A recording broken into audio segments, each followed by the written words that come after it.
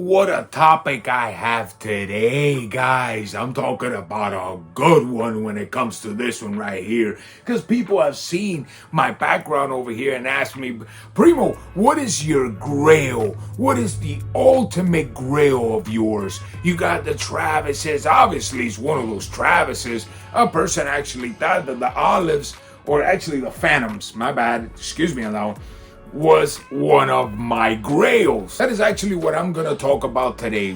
What is a grail? What is certified? What is a certified grail? What makes a sneaker a grail? I'm gonna get into those details. You know, each person has their own opinion on this, but I'm gonna give you my opinion of what is a grail. So let's get into it real quick. But first, what's going on, ladies and gentlemen? It's your boy Primo Cruz here reported. Once again, getting straight into it. What is it that makes it a grail? What makes a sneaker a grail? To certain people, a grail is a sneaker that is worth a lot of money, that it has a lot of rarity, very exclusive, a sneaker that you, let's say, can't get your hands on. Those type of things to the grand majority of sneakerheads. I like to call them sneaker enthusiasts. I don't like the sneakerhead word anymore. I'm a little too old for the whole sneakerhead thing. I'm a sneaker enthusiast. That is the grand majority of what people are looking for. That is the elusive grail. I'm gonna tell you what is a grail to me. To me, a grail is a sneaker that has a memory. A sneaker that I probably grew up looking at. I never got to afford it. I never was able to get my hands on it. Something that was very hard for me to reach, and something that stayed in my memory for a very long time, for many years. I don't care about the pricing.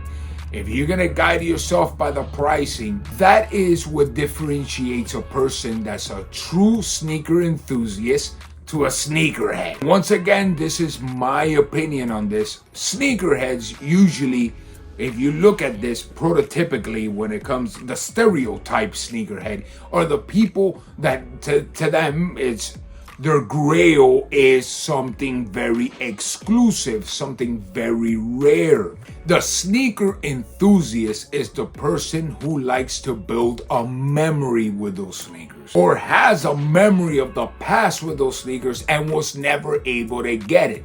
I'm gonna give you the prime example of what is one of my ultimate grails. And I got them right here. I'm gonna take them out real quick and so you can see it has nothing to do even with a Jordan. It's an actual pair of Vans. Look at this. I'm gonna show you right quick. Dusty. Look at the dust on it. I don't touch these shoes. What sneakers are these? I have to do an actual review on this, and I can guarantee you that if you guys want these sneakers right here that I'm about to show you, it's gonna be very, very difficult for you to get your hands on. Let me open them up here real quick. Oh my God, just looking at it. Look at that little cheap paper there going on. Man, this means a lot to me. And here they are, guys. Unworn 100% dead stock. The off the wall Big Ripper Vans. What an amazing sneaker. Not just the design of it, to me, is what it represents. To me, this has an amazing story from my childhood. It's something that I really cannot put into words when it comes to it. But these sneakers, not just that, the quality is pretty amazing on these shoes. I'm not gonna lie to you. I'll do a full review on these shoes and get into the details of it and all that. But these are one of my ultimate grails. Let me put this right here because I don't want it to even get dust. I don't want the shoe to even get dust. So why is it that that sneaker right there is one of my ultimate grails? Well, since I was a kid, I remember my older brother. he used to be into BMXing. Since I can remember, since I was a child, I went and I wanted a BMX just like my older brother. And I remember seeing all these movies like Rad and all these type of BMX, old school 80s BMXing movies. All the BMX freestylers doing the Miami hoppers and doing all these tricks and the tail whips. Mainly flatland freestyling. X Games didn't exist back then. And I remember out of all the bicycles, all the BMXs that were shown in this actual video, or to put it in better words, in this movie called Rad, they had GTs, they had Dinos, they had Mongoose, they had a bunch of different brands. But the one that stuck out to me the most was a company called PK Ripper. I loved the name from the moment I heard it. I said, man, I want to have a PK Ripper. Well, as a kid, you think you could just have everything at will. I went to my old man and I told him, hey, Dad, man, I want a PK Ripper. Well, my older brother's 10 years older than me. He actually heard it and he started cracking up. At that time, my brother had a very good BMX. It was a Redline. And he started laughing. And he said, yeah, son, good luck with that. My father looks at me. What do you think? By the way, my old man doesn't speak not one word of English. Yeah, my old man talks like that. If you think I'm raspy, he's 10 times worse. What I just said right there was, what the hell did you just tell me? I told him, hey, Dad, but I'm in Spanish over here. Hey, Dad, I want a bicycle. I want a little BMX, that's called the PK Ripper. So my dad looks at my brother and tells him, hey, what the hell are you laughing at? My brother, cracking up, tells him he wants a grail. In Spanish is, in other words, un monumento. In other words, it's like a monument, that's the way we say it. That's our slang term to a grail. And my dad asked him, ¿Y cuánto cuesta eso? And my brother responded with, way too much. If you were bitching and moaning about buying my bicycle that was $100 and I had to cut lawns for like a week and you had to only help me with $30, a PK Ripper is not even close to the budget. Well, the response of my old man was, too bad, so sad. You ain't getting nothing. You're going to Toys R Us and you're getting yourself a Pacific. It was like a $30 BMX. Hey man, with that, I was more than happy. I stripped it down. I made it look just like a PK Ripper on a very bad budget. So I stayed with that in my mind until the year 1996. What happened in 1996? It was the only other sneaker that became my grail. And I actually said, I gotta have those shoes in my life.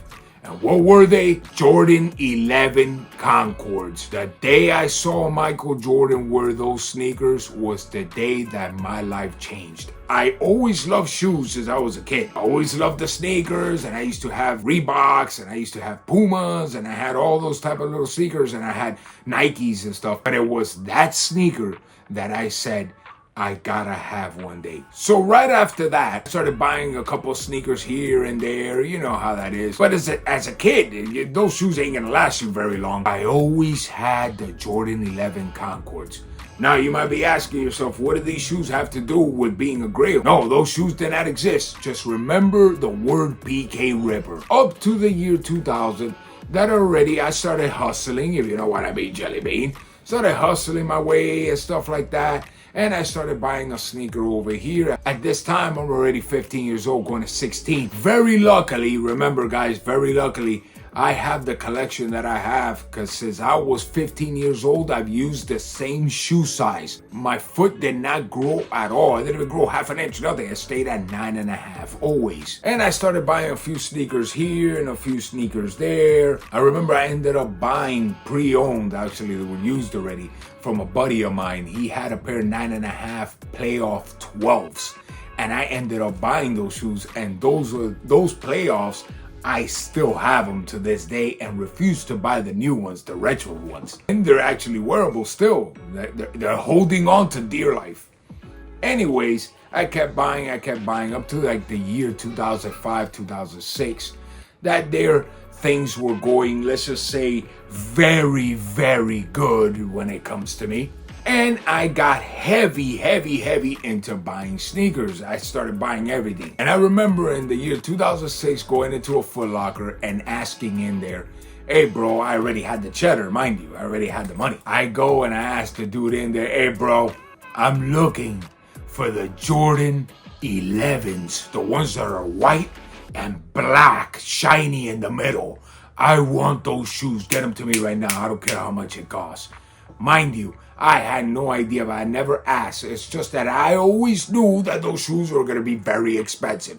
So I went in there thinking that anybody could just get me whatever, because I used to just go to stores. As funny as it sounds, I used to just buy things that I liked in the stores and stuff like that. I didn't care about no grails. It wasn't like that back then.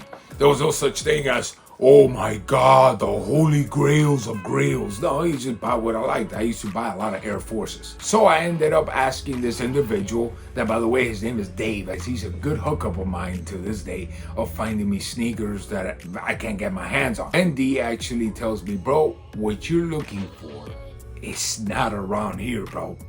You gotta wait till they're retro, those shoes. Oh, what do you mean retro shoes, bro? Retro? Retro what, bro? What the hell's even that word? I didn't even know what the hell retro was. I was like, what the hell's even retro?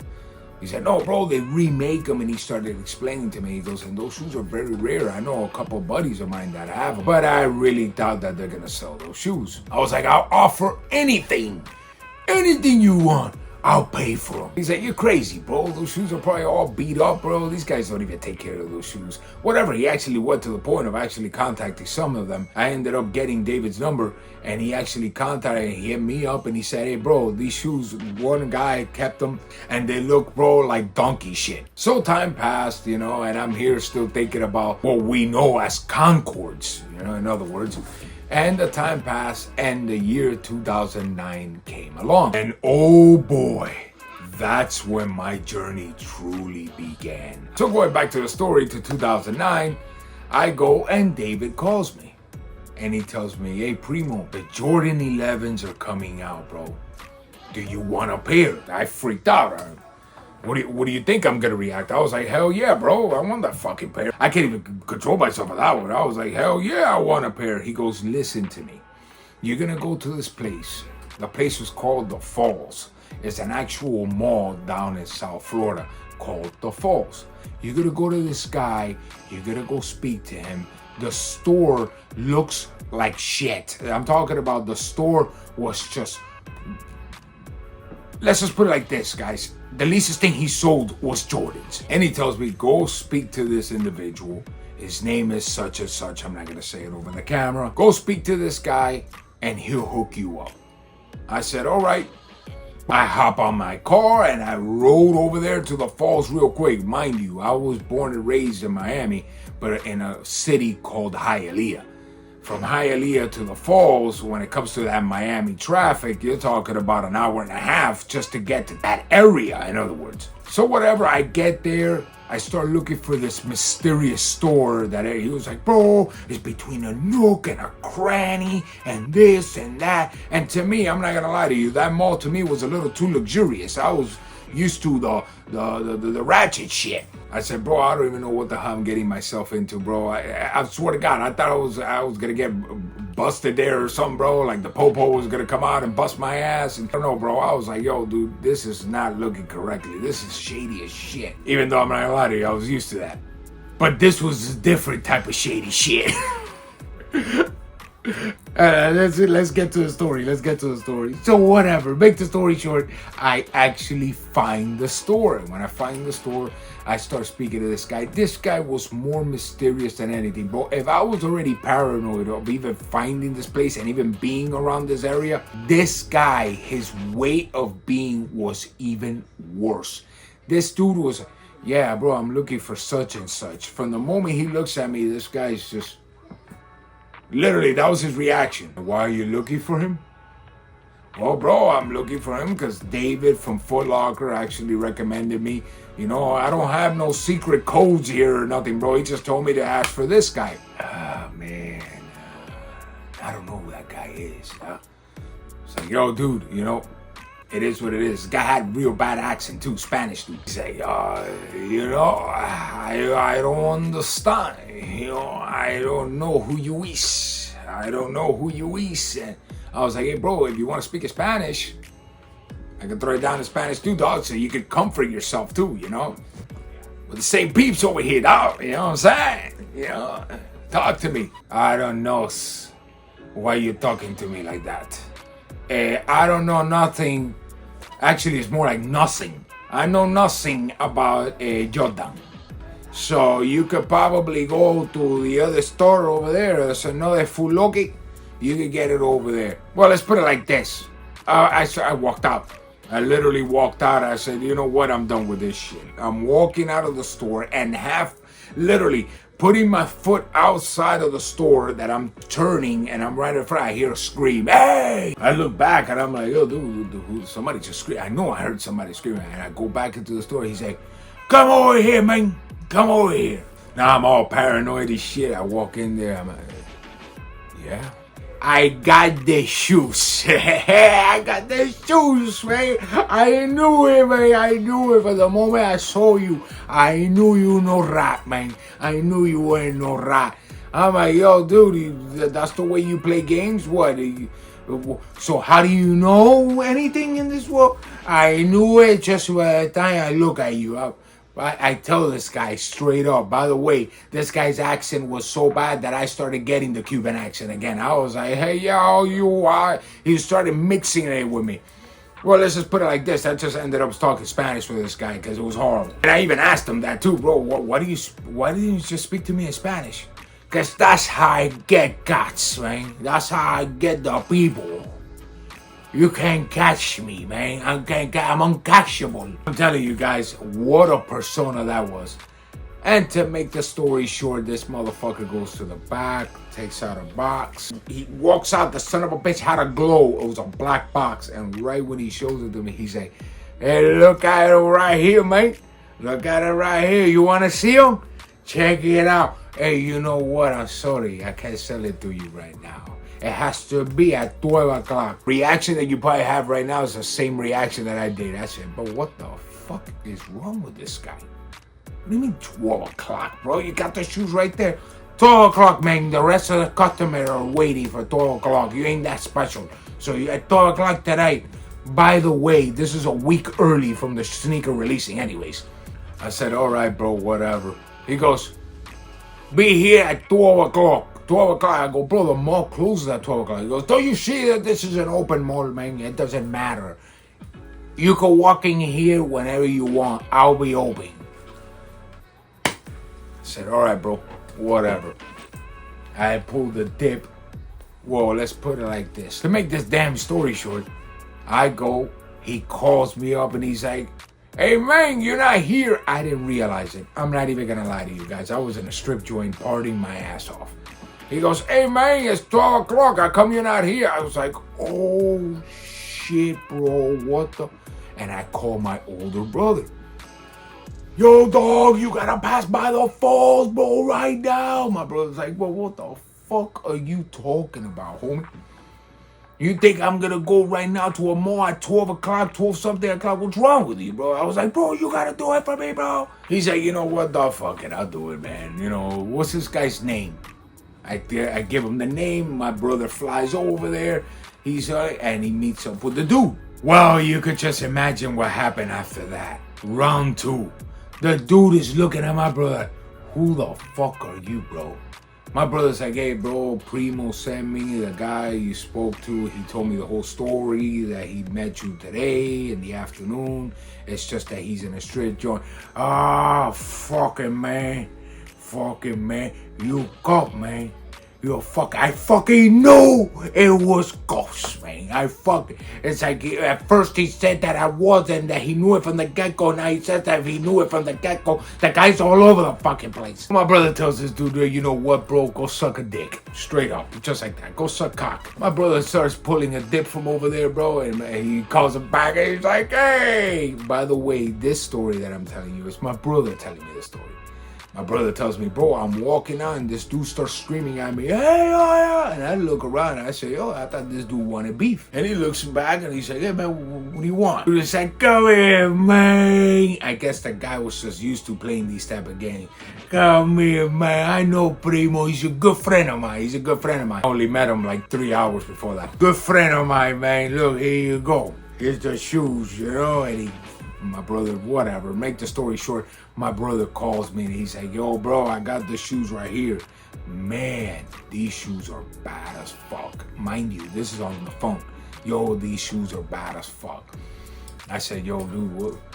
I gotta get my hands. I said, bro, I gotta go see this immediately. Yo, I dropped the whole, I dropped everybody. I was like, yo, fuck off. I left my homies. I left everybody. I said, yo, I'm gonna go see these shoes ASAP. No fucks given. I end up going over there. I go and I meet my brother over in the garage. My brother comes out, comes in a little, just, you know, the shady gray bag. You know, here you go. Thank you on the side. Yo, bro, this is what he tell me. He said, yo, bro, shoes are bad as fuck, bro. I remember the shoes when I was a kid. My brother's not heavy into sneakers like that. He doesn't know it. But everybody in the hood knew what the hell shoes those were. And I was like, yeah, dog. I get the box. I open it. And right when I open it, bro, my heart stopped. I said, what the fuck is this? They weren't the Concords, they were the Space Jams, man. But my mind never had the Space Jams and there was the Concords. And I was like, yo, this is a fucking bullshit. I'm going off, guys. I'm going off up in this joint. I go back. I was like, yo, I'm going to see that son of a bitch right now. I go back inside. Well, it was a little too late. It was closed already.